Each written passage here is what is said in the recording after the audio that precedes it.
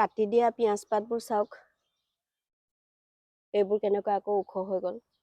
দেখিছে এই কিমান দীঘল হৈ গ'ল প্ৰিয় দৰ্শক জনাসকলে জানে আৰু খায়ো থাকে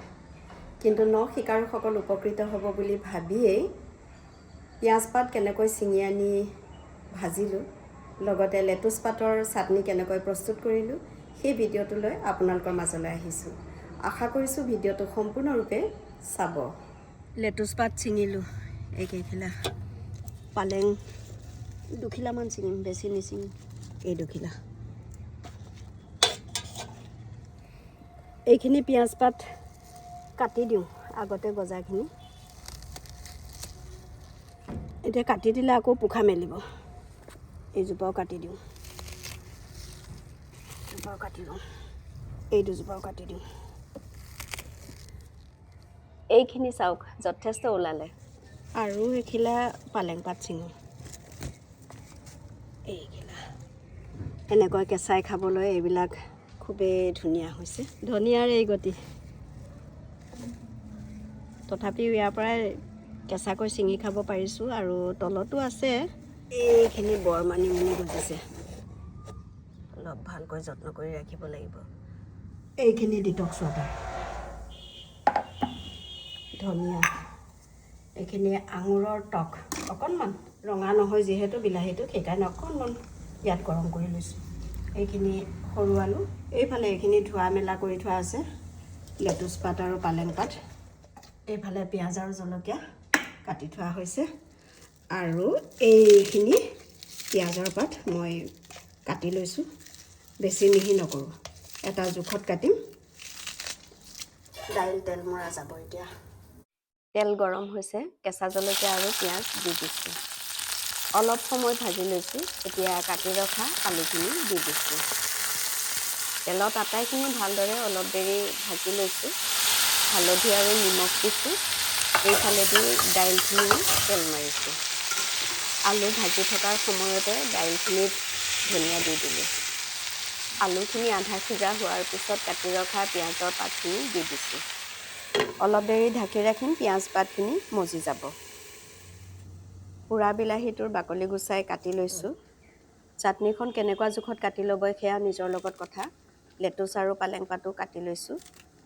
মিহিকৈ কাটিলে অৱশ্যে দেখিও ভাল লাগে খায়ো ভাল লাগে এইফালে পিঁয়াজ পাত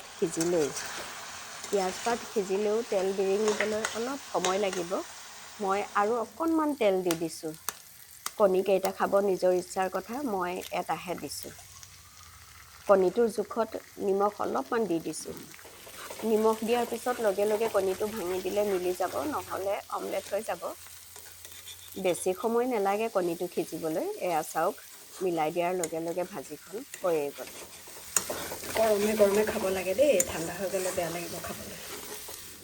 অলপমান কেঁচা মিঠাতেল দি দিছোঁ খাই ভাল লাগে কেঁচা মিঠাতেল সোৱাদৰ কাৰণে স্বাস্থ্যৰ কাৰণে বৰ ঠিক নহয় কিন্তু সোৱাদ অনুসৰি নিমখ দি হাতেৰেই মোহাৰি দিছোঁ পৰিৱেশন কেনেকৈ কৰিব সেয়া নিজৰ লগত কথা সজাবও পাৰে তেনেকৈও দি দিব পাৰে লাই পাতৰ দৰে দুখিলা লেটুচ পাত লৈ লৈছোঁ এতিয়া লেটুচ পাতৰ ওপৰতে মই চাটনিখিনি সজাই দিম মানে সৃষ্টিসুলভ শিল্পীসুলভ কাম নকৰোঁ আৰু চাটনিখিনি মই পাতৰ ওপৰত এনেকৈ দি দিছোঁ নিজেহে খাম সেইকাৰণে হাত লগাইছোঁ দেই ৰাইজ বেয়া নাপাব আমাৰ ঘৰৰ এজনে কেঁচা আদা খাই ভাল নাপায় সেইকাৰণে মই বেলেগে ৰাখি থৈ দিছোঁ কুটি লোৱা পিঁয়াজ আৰু জলকীয়া এইফালে দিছোঁ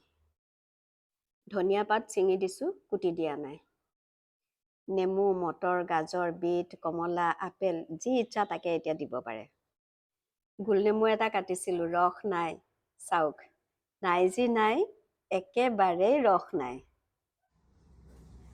কমলা এটা ফুটিয়াই দিলোঁ ইচ্ছা কৰিলে কেইফুটামান উলিয়াই মিহি মিহিকৈ কাটি দিব পাৰে ভাজিখনত ধনিয়া দিছোঁ চালাড আঙুৰৰ টক মূলা আৰু মচুৰ দাইল কেঁচা নিমখ লোৱাটো মোৰ বেয়া অভ্যাস গালি নেপাৰিব ৰাইজ ভাতৰ কাঁহীৰ কাষত আমাৰ দেউতায়ো কেঁচা নিমখ লৈছিল কিন্তু খোৱা নাছিল ময়ো কেঁচা নিমখ লৈয়ে ভাত খাওঁ কিন্তু নেখাওঁ নিমখখিনি কিন্তু মোৰ কাঁহীৰ কাষত যদি কেঁচা নিমখ কম হয় তেতিয়াও মোৰ বহুত দুখ লাগে আৰু ভাত খাব নোৱাৰোঁ। এইখিনি মূলা কাটি লৈছোঁ। মূলা অলপ মই এতিয়া চাটনিখনৰ লগত মিলাই ল'ম। ট্ৰাইপডত মোৰ মোবাইলটো এফালেহে ছেটিং হয়, দুয়োফালে নহয়। সেইকাৰণে এহাতে মোবাইল লৈ এহাতে ভিডিঅ' কৰি আছোঁ। খোৱাৰ ভিডিঅ' দেখুৱাব পৰা নাই, তাৰ বাবে মই দুখিত, কিন্তু খাবলৈ খুবেই ভাল হৈছিল। প্ৰিয় দৰ্শক, ভিডিঅ'টো যদি ভাল লাগিছে তেন্তে লাইক কৰক, শ্বেয়াৰ কৰক আৰু মতামত দিয়ক। আপোনালোক কুশলে থাকক। আকৌ লগ পাম নতুন এটি ভিডিঅ'ৰে। আজিলৈ মই ৰূপাঞ্জলীয়ে বিদায় ল'লোঁ। নমস্কাৰ।